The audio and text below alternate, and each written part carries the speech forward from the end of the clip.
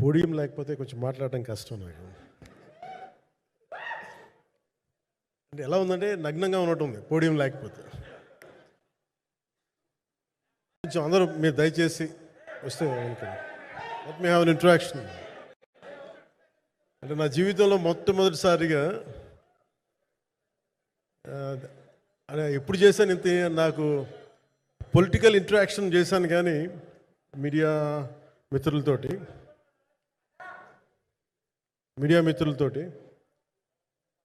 Cinema పరంగా నేను ఎప్పుడు ఆలోచించలేదు, ఎప్పుడు నాకు చేయలేదు. ఫస్ట్ టైం మొదటిసారి నేను ఎప్పుడు కొంచెం మొహాట పడతాను మాట్లాడటానికి సినిమాకి సంబంధించినంత వరకు. ఇక్కడ సినిమాని ఎలా ప్రమోట్ చేసుకోవాలో నాకు తెలియదు. పని చేయడం తెలుసు తప్ప దీన్ని అంటే మనం ఇంత చేసామని చెప్పడం ఎప్పుడు నాకు కొంచెం ఎబ్బెట్టుగాను ఇబ్బందిగా ఉంటుంది. ఇంకా నేను చాలా యాక్సిడెంటల్ యాక్టర్ అండ్ ఇంకా గత్యంతరం లేక టెక్నీషియన్ అయిన వాడిని. నాకు నచ్చే సన్నివేశాలు, నచ్చే సినిమాలు చేసుకోవడానికి. ఆ పరిస్థితుల్లో ఇది నా మొదటి ఇంటరాక్షన్. ఇది నా కూర్చోండి.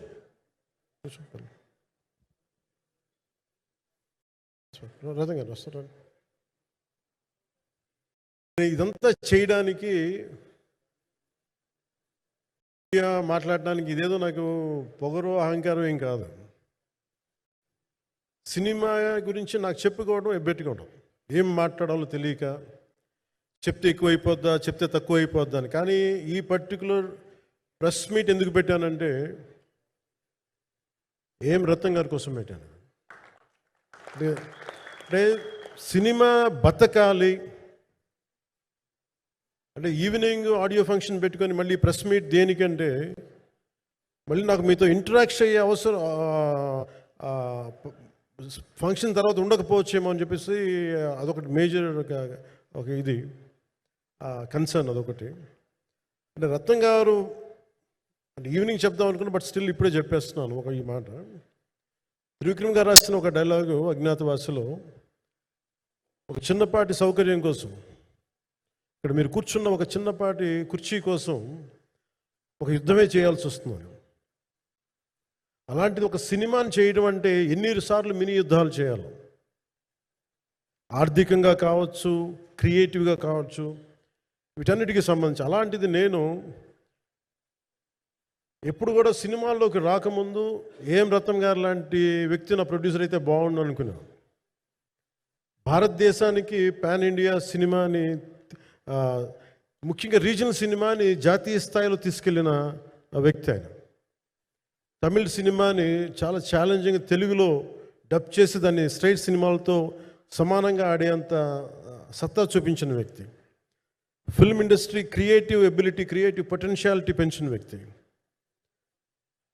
ఈ సినిమా చాలా ఒడిదుడుకులు ఎదుర్కొంది, 2 కరోనా పరిస్థితులు ఎదుర్కొంది. అన్నిటికీ మధ్యలో సినిమా మన క్రియేటివ్గా కొంత ఇబ్బంది ఎదుర్కొంది.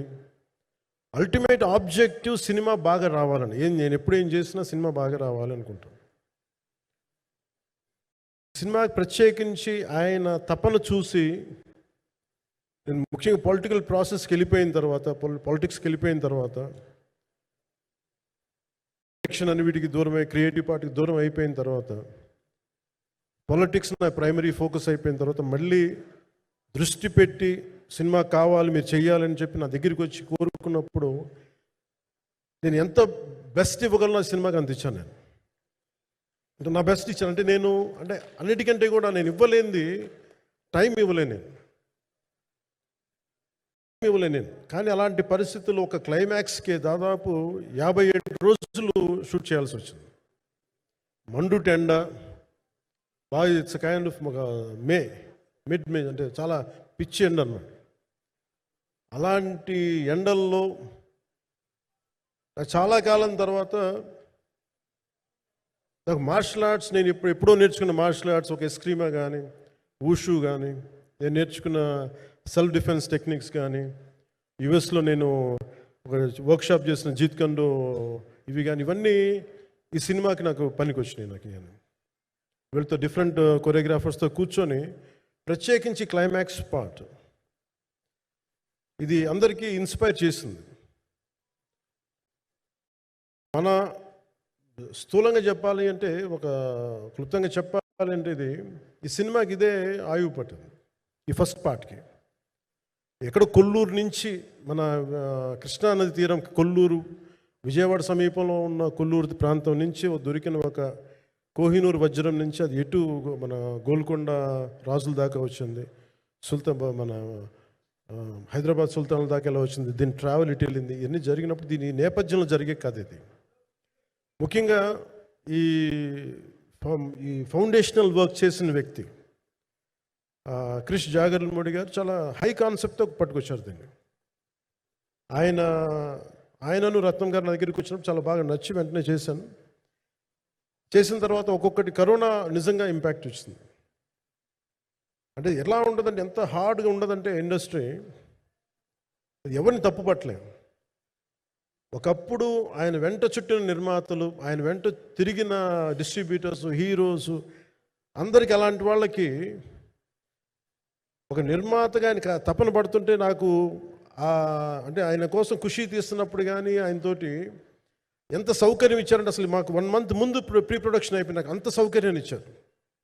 నేను కంపోజ్ చేసిన యాక్షన్ సీక్వెన్సెస్ కానీ ఫైట్స్ కానీ ఖుషీకి నాకు ఆల్రెడీ ఒక 1 month 1.5 month థియేటర్ నాకు ఇచ్చేసి, మన సురేష్ ఎఫెక్ట్స్ థియేటర్ మొత్తం ఇచ్చి నాకు అంత లగ్జరీ ఇచ్చిన వ్యక్తి ఆయన నలిగిపోతుంటే నాకు నిజంగా చాలా బాధేస్తుంది. ఒకసారి it is not about money, it's not about success, it's about standing by whom you trust, who stood for the people and who stood for the industry. నాకు ఎందుకు ఇది మీతో పంచుకోవాలనిపించింది. సినిమా ఎంత విజయం ఇది నాకు నిజంగా తెలియదు, ఎందుకంటే నేను ఇట్లా అనుకోవచ్చు ఇంకోలా, కానీ ఒక్కటి మటుకు చాలా సిన్సియర్గా చెప్పగలను. Krish came out with very good concept, చాలా హై కాన్సెప్ట్ పట్టుకొచ్చారు. కొంత వ్యక్తిగత కారణాలు, కొన్ని ప్రొఫెషనల్ కారణాలు ఆయన ప్రాజెక్టుకి బయటికి వెళ్ళినా కానీ దీన్ని ఫౌండేషనల్ వర్క్ చేసిన క్రిష్ గారికి మనస్ఫూర్తిగా నా హృదయపూర్వక ధన్యవాదాలు తెలియజేస్తాను మా అందరి తరఫున. అలాగే తర్వాత స్టెప్ ఇన్ అయింది మన జ్యోతికృష్ణ గారు. ఖుషి సినిమా చేస్తున్నప్పుడు అప్పుడే లండన్ ఈ ఫిల్మ్ మేకింగ్ కోర్స్ చేసి మన డైరెక్షన్లో ఇన్స్టిట్యూట్ అంతేనా డైరెక్షన్ ఫిల్మ్ మేకింగ్ కోర్స్ చేసి అప్పుడే గ్రాడ్యుయేట్ అయ్యి వచ్చి అప్పటి నుంచి ఉన్నప్పుడు బట్ యాక్చువల్ తనతో మాట్లాడుతుంటే మోస్ట్ సెన్సిబుల్ డైరెక్టర్ అనిపించారు. ఈ ఒక టైంలో ఏమనిపించిందంటే, బయట ఉన్న మాటలు కానీ అసలు సినిమా వస్తుందా లేదా బయటికి అని ఉండేది.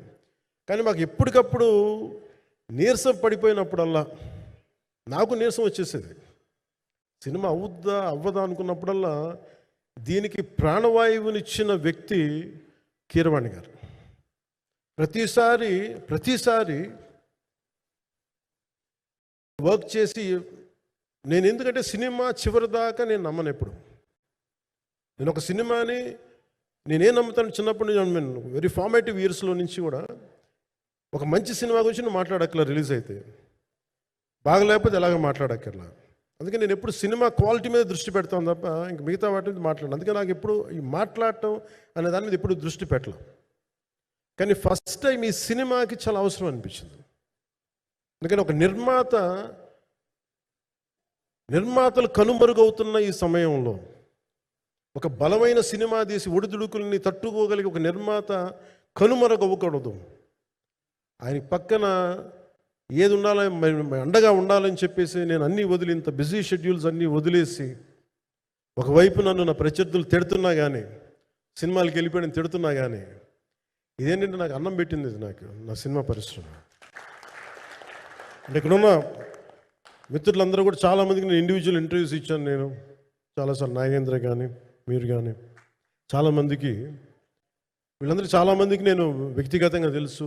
కాకపోతే నాకు సినిమా అంటే నేను సినిమా గురించి ఎక్కువ చెప్పలేక ఎక్కువ మాట్లాడలేను. కానీ బట్ నాకు నిజంగా సినిమా మీద అపారమైన గౌరవం, సినిమా మీద అపారమైన ఆసక్తి, నాకు ప్రాణవాయువు అది. Story telling is a necessity for each and every individual. So cinema అది మనకి కల్పిస్తుంది, సినిమా మనకి అలాంటి. కానీ ఈ సినిమా ప్రత్యేకించి చాలా ఛాలెంజింగ్ సర్కమ్స్టాన్సెస్లో, చాలా ఒడిదుడుకుల్లో, యాడ్వర్స్ కండిషన్స్లో కూడా మనస్ఫూర్తిగా దీన్ని ముందుకు తీసుకెళ్ళి, ఆర్థిక ఇబ్బందులు ఎన్ని వచ్చినా కానీ, అంటే నాకు పొలిటికల్గా పేరుండొచ్చు, దేశవ్యాప్తంగా నేను తెలిసి ఉండొచ్చేమో, కానీ సినిమా పరంగా వచ్చేటప్పుడు నేను చాలా హీరోస్తో కంపేర్ చేస్తే వెరీ వాళ్ళందరికంటే చాలా తక్కువ నేను. సో దానికి ఉండే ఇబ్బందులు దానికి ఉంటాయి. మిగతా వాళ్ళకి బిజినెస్ అయినందుకు నాకు బిజినెస్ అవ్వదు, వాళ్ళకు వచ్చినందుకు నాకు రాకపోవచ్చు. ఎందుకంటే నా దృష్టి, నా కాంపిటేటివ్నెస్ ఎప్పుడు నేను సినిమాల మీద పెట్టలేదు. నేను ఇప్పుడు సొసైటీ పొలిటికల్ ప్రాసెస్ పెట్టాను, కానీ ఎప్పుడు సినిమా మీద నేను ఎంత ఉండాలనేది నేను ఎప్పుడు పెట్టలేదు. నేను ఎప్పుడు చాలాసార్లు మన నాగేంద్ర కానీ మిగతా మన సూపర్ హిట్ మన కీర్తిశేషులు బిఆర్ రాజు గారు చనిపోయారు, ఇంటర్వ్యూస్లో కూడా ఉంటుంది. ఈ చిత్ర పరిశ్రమ చాలామంది హీరోస్ ఉంటారు, వాళ్ళలో నేను వన్ ఆఫ్ ది హీరో అంతే. నాది ఒక సంవత్సరంలో ఒక ఫ్రైడే, ఒక థర్స్డే రిలీజ్ అవుతుంది అంతే, అంతకుమించి తప్ప ఇది అందరి పరిశ్రమ, అందరూ రావాలి అలాంటిది నేను కోరుకునేవాడిని నేను. సో దాంట్లో భాగంగా రత్నం గారు లాంటి నిర్మాత బతికుండాలి, రత్నం గారి నిర్మాతకి ఇబ్బందులు కలగకూడదని చెప్పి లాస్ట్ మినిట్లో ఇంక చూసిన తర్వాత I stepped in to it. నేను భుజాల మీదకి తీసుకున్నాను ఇది. క్లైమాక్స్ని ఎలా భుజాల మీదకి అంటే, ఎందుకంటే ముఖ్యంగా ఇక్కడ ఇది ఇంకొక బలమైన స్టార్ కాస్టింగ్ చాలా బాగా చేశారు ఆయన. ముఖ్యంగా బాబీ డియోల్ గారిని అంటే ఈరోజు చూస్తుంటే నాకు అదే అనిపించింది. ఈరోజు మన ప్రెస్ మీట్ కూడా నేను వచ్చాను. అందరూ ఎంత బిజీగా ఉన్నారని కొన్ని రాత్రుల నుంచి నిద్రలేదు. మన మనోజ్ పరమహంస గారికి కానీ, రత్నం గారికి కానీ, జ్యోతి గారికి కానీ, పాపం ఈ సినిమా ప్రమోషన్ సింగిల్ హ్యాండెడ్గా పాపం నిధి అగర్వాల్ భుజాల మీద వేసుకొని నాకే బాధ అనిపించింది. పాపం ఒక అమ్మాయి తన కెరీర్ తను చూసుకోవాల్సిన అమ్మాయి కూర్చోబెట్టి నాకే సిగ్గు అనిపించింది. I have to truly appreciate you. అంటే చాలా పాపం అన్నీ వెళ్తూ ఉంటే నాకు ఇదేంటి సినిమాని అనాథలా వదిలేశారండి అనిపించింది. సో నాకేమనిపించింది, ఈ సినిమాకి ఎవరు అనాథలా వదలలేదు, నేను ఉన్నానని చెప్పడానికి వచ్చాను ఈ రోజున. ఎందుకంటే నేను కోట్లాది మంది ప్రజలకి అండగా ఉండేవాడిని, దేశంలో ఉండే సమస్యలకి స్పందించేవాడిని. అలాంటిది తెలుగు సినిమాకి, నా సినిమాలకి మీకు తెలుసు గతంలో ఎన్నిసార్లు ఇబ్బందులు పెట్టారు. అదే మన ప్రభుత్వం అక్కడికి రాగానే వెంటనే సాధారణంగా హృదయ కవాటాలు తెరిచి మరి ఆహ్వానించాం. ఏమి కృతజ్ఞత కూడా ఆశించలేదు. అంత చిత్ర పరిశ్రమను అంత గుండెల్లోకి తీసుకుంటాం. అలాగే దీనికి సంబంధించి అలాంటిది నా సినిమాని నేను ఎందుకు వదిలేస్తాను? ఎందుకంటే ఇది ఇంకో సినిమా కాదు, ఒక మేకప్ మ్యాన్గా ప్రారంభమయ్యి ఇంకో ప్రొడ్యూసరు, డబ్బులున్న ప్రొడ్యూసరు, పెద్ద జీవితాల నుంచి వచ్చిన ప్రొడ్యూసరే కాదు, చాలా చిన్న స్థాయి నుంచి, ఒక మేకప్ మ్యాన్ స్థాయి నుంచి బాయ్గా స్టార్ట్, అంటే చిన్నపాటి అసిస్టెంట్గా స్టార్ట్ అయ్యి చాలామంది మన సీనియర్ దర్శకులందరి దగ్గర పనిచేసి అంచెలంచెలుగా ఎదిగి నిర్మాత అయ్యి, దర్శకుడయ్యి, స్క్రీన్ ప్లే రైటర్ అయ్యి, మీరు ఏమన్నానంటే ఆయన మౌనంగా ఉంటారు. ఎవరు ఎన్ని ఇబ్బందులు పెట్టినా మౌనంగా ఉంటారు.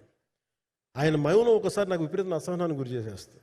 మీరు ఏదైనా మాట్లాడాలంటే ఎవరు ఇబ్బందులు పెట్టి ఏం ఎదురు తిరగరు ఏంటంటే అంటే ఇలా అంటారు, ఏం చేయాలి. ఇంకా ఇలాంటి వ్యక్తికి ఆయన మౌనం నన్ను ఇలా రోడ్ల మీదకి వచ్చి ఇలా మీ దగ్గరికి ముందుకు నుంచోబెట్టింది.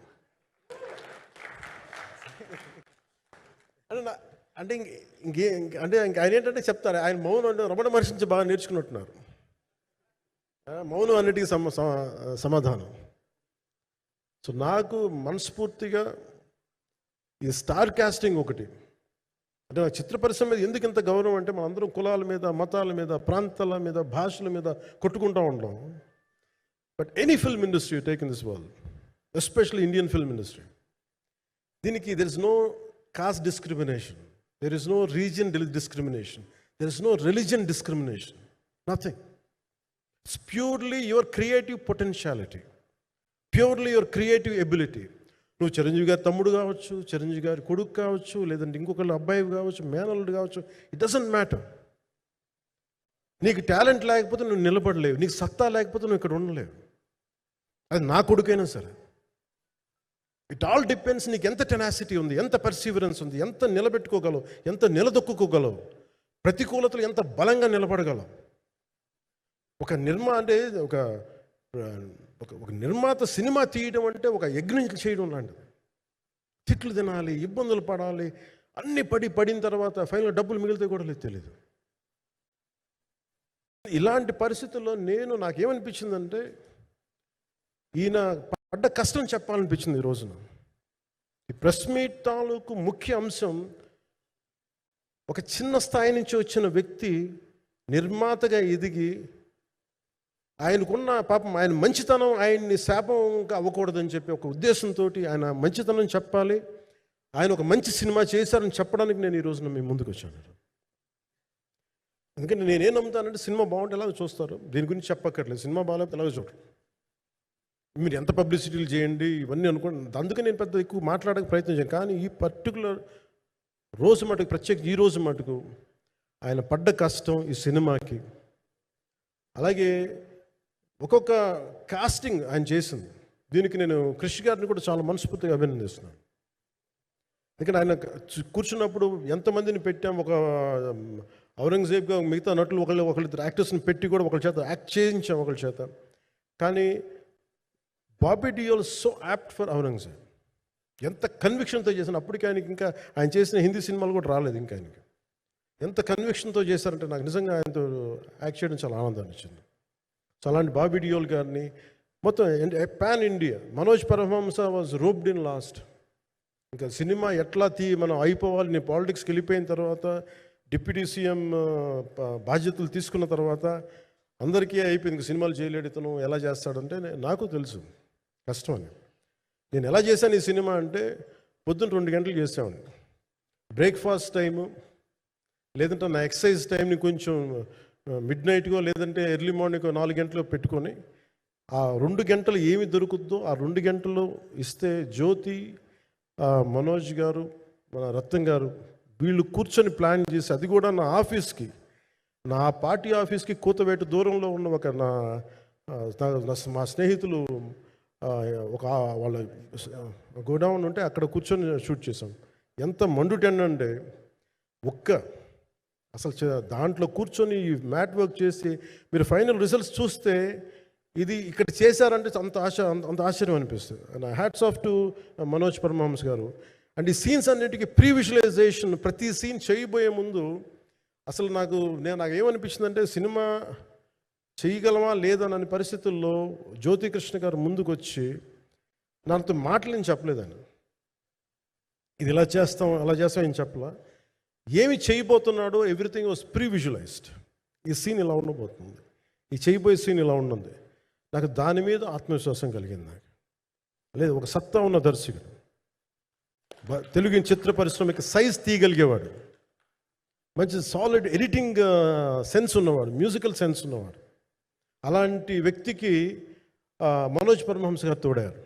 వీళ్ళిద్దరు కాంబినేషన్లో రత్నం గారి అనుభవంతో ఈ రోజున ఒక మంచి ప్రోడక్ట్ అయితే తీసుకొచ్చాం.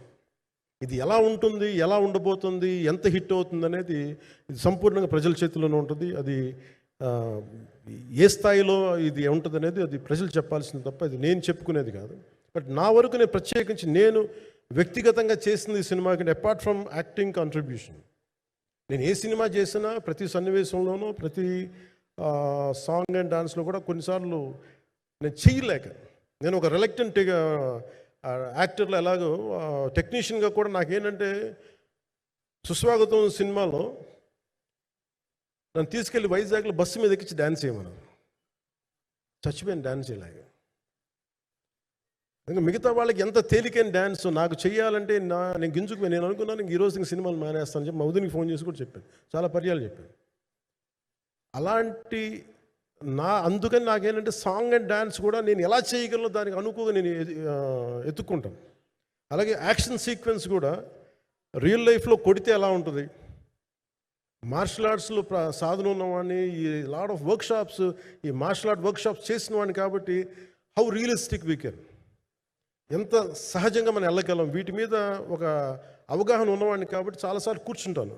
కానీ ప్రత్యేకించి ఈ 20 minutes లాస్ట్ సెకండ్స్ ఇది 2 partsగా ఎలా అయింది అంటే,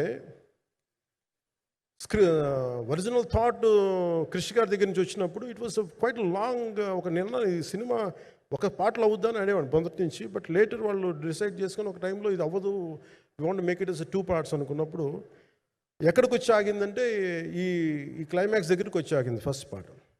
సో చెప్తున్నప్పుడు నాకేమనిపించిందంటే how else we can take it, how else we can scale it up. So దానికి నేను కూర్చొని నాకున్న ఈ మార్షల్ ఆర్ట్స్ కానీ బేసిక్ యాక్షన్ కొరియోగ్రఫీ నా ప్యాషన్ కాబట్టి ఈ పర్టికులర్ డ్రామా, ఈ పర్టికులర్ దాంట్లో ఏంటంటే మొఘల్ టైమ్స్లో ప్రతి ఒక్క సగటు భారతీయుడు అనుభవించిన బాధ అది. ఒక యావరేజ్ సగటు భారతీయుడు మొఘల్ కాలంలో అనుభవించిన ఒక ఒక ఒక సిచ్యువేషన్. ఆ సిచ్యువేషన్ హీరోకి సంబంధం ఉండదు, కానీ how he gets entangled, how he gets involved in it, that is the outcome, that he's been captured. So దీన్ని ఒక 57 days మేము చేయగలిగామంటే, ఆ రోజు నాకు కనుక మన జ్యోతి గారు ఉండుంటే పక్కన, maybe I would done it in at least ఒక 50% ఆఫ్ ఇట్.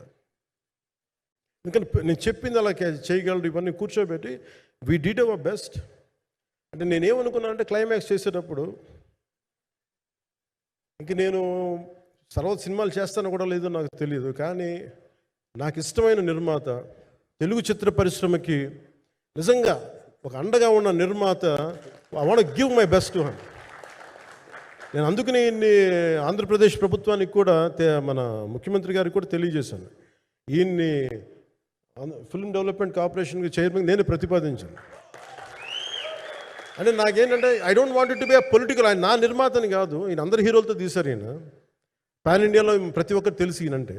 ఇలాంటి వ్యక్తి ఉంటే మన తెలుగు చిత్ర పరిశ్రమకి బాగుంటుంది. అలాగే ప్రత్యేకించి తెలుగు చిత్ర పరిశ్రమ అనేది నాకు ఈ టాలీవుడ్ అనే పదాలు నాకు వాడటం నాకు ఇష్టం ఉండదు. Bollywood, Tollywood, Kollywood, Mollywood, why should we ape Hollywood? We have a greater story narrative ability మన దగ్గర ఉంది. We have a greater storytelling ability. We don't have to ape Hollywood. We take the best practices of Hollywood, but not necessarily the name of Hollywood. వాళ్ళకున్న professionalism మనం నేర్చుకోవాలి, వాళ్ళకున్న commitment నేర్చుకోవాలి, వాళ్ళకున్న production designing ability మనం తీసుకురాగలగాలి.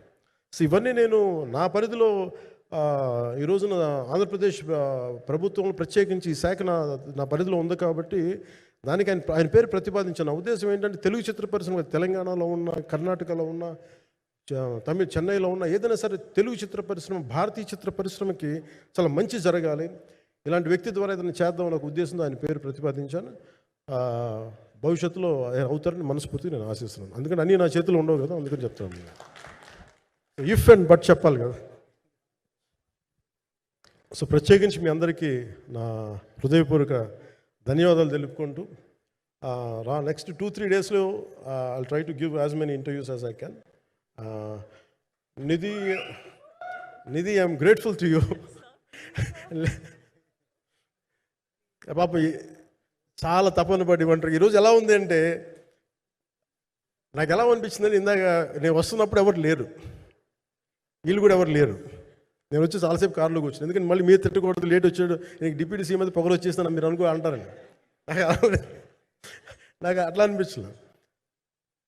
నాకు first time ఎందుకు media నాకు ఎందుకు అలవాటు పోయిందంటే, వచ్చిన కొత్తల్లో ఈ జ్యోతి చిత్ర సితార పేపర్స్ ఉన్నాయి. ఎవరో ఫోటోస్ వేయమంటే దిస్ గా ఈజ్ నాట్ సేలబుల్, ఇంకా అవసరం లేదు అంటే నా ఫోటోలు వేసేవాళ్ళు కాదు. సో నాకేమనిపించింది, సరే ఇంక నేను ఈయన కాడికి నేను ఏమి అంటున్నాను నాకు తెలియదు అని చెప్పేసి మా నిర్మాతలు కూడా ఉండేవాళ్ళు కాదు. సో నాకు పబ్లిసిటీ లేకుండా సినిమాలు రిలీజ్ అవ్వడం అలవాటు అయిపోయింది నాకు. సో అదే ప్రాక్టీస్ అయిపోయింది నాకు, అంతే. మళ్ళీ కూర్చోబెట్టి మీరు ఏం మాట్లాడతారు, మళ్ళీ అది ఇటు తిరిగి వస్తుందని చెప్పేసి మిగతా అంత నాట్ టాకెటివ్. మీరు సినిమా పొలిటికల్ ప్రాసెస్కి వచ్చేటప్పుడు నేను ఏదైనా మాట్లాడగలను, కానీ సినిమా వచ్చేటప్పటికి చాలా చాలా ఒత్తిడి తీసుకోవాల్సి వస్తుంది. అంటే ఎంత కథ చెప్పాలి, ఎంత కథ చెప్పకూడదు, ఈ మాట అద్భుతంగా ఉందంటే ఏం అద్భుతంగా ఉందని మళ్ళీ తిడతారు, తర్వాత 100 ఆలోచనలతోటి స్లో డౌన్ అయిపోతాను. బట్ కానీ నాకు మనస్ఫూర్తిగా ఈ సినిమా ఐ హోప్ వచ్చిన ప్రతి ప్రేక్షకులందరికీ కూడా ఒక మంచి అనుభూతిని ఇస్తుందని నేను మనస్ఫూర్తిగా నమ్ముతున్నాను. ఖచ్చితంగా అలాంటి అనుభూతిని ఇస్తుంది. మీరు థియేటర్లోంచి బయటకు వెళ్ళేటప్పుడు మటుకు విల్ గో విత్ ఒక ఎనర్జెటిక్ ఫీల్తో వెళ్తాయి. అంతవరకు చెప్పాను నేను. ఎందుకంటే నేనే నమ్ముతాను, సినిమాకి వెళ్ళేటప్పుడు సినిమా ఒక స్టోరీ చెప్పినప్పుడు నా జీవితంలో చిన్నపాటి ప్రభావితం చూపించాలి. అలాంటి ప్రభావం, అలాంటి ఎనర్జీ ఇచ్చే సినిమా అవుతుందని మనస్ఫూర్తిగా నేను ఆశిస్తూ మీ అందరికీ ప్రత్యేకించి మీ అందరికీ పేరు పేరున ధన్యవాదాలు తెలియజేస్తున్నాను. ఇంకా మాట్లాడాలని ఉంది కానీ సాయంత్రం ఈవెంట్ ఉంది కాబట్టి ఇంకొక మారు నేను చెప్తాను ఎందుకు ఈ పర్టికులర్ ప్రెస్ మీట్ అంటే I want to tell you, I'm grateful to each one of you. I'm grateful to you. Thank you for standing by us. Thank you very much.